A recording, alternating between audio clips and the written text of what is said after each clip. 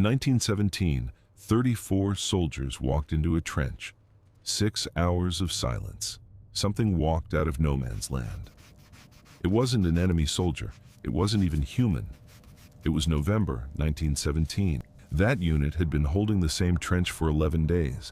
No food, no reinforcements, no radio contact. On the 12th day, the enemy stopped firing. Complete silence. For 6 hours. Nothing. The soldiers thought the war was over.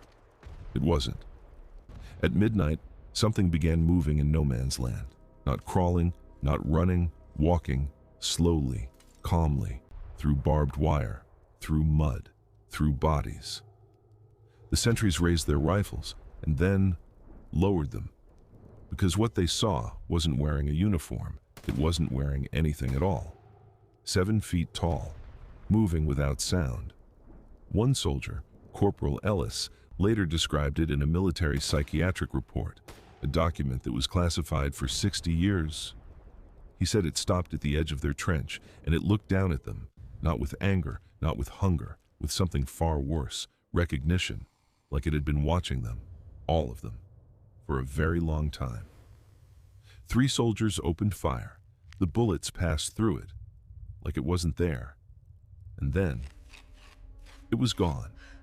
But that was only the beginning, because over the next 4 nights, soldiers started disappearing, not during battle, during sleep. No blood, no signs of struggle, no footprints leaving the trench, just empty bedrolls. And on the wall above each empty bedroll, scratched deep into the mud, the same symbol. Over and over, a symbol no one recognized. Until 1987.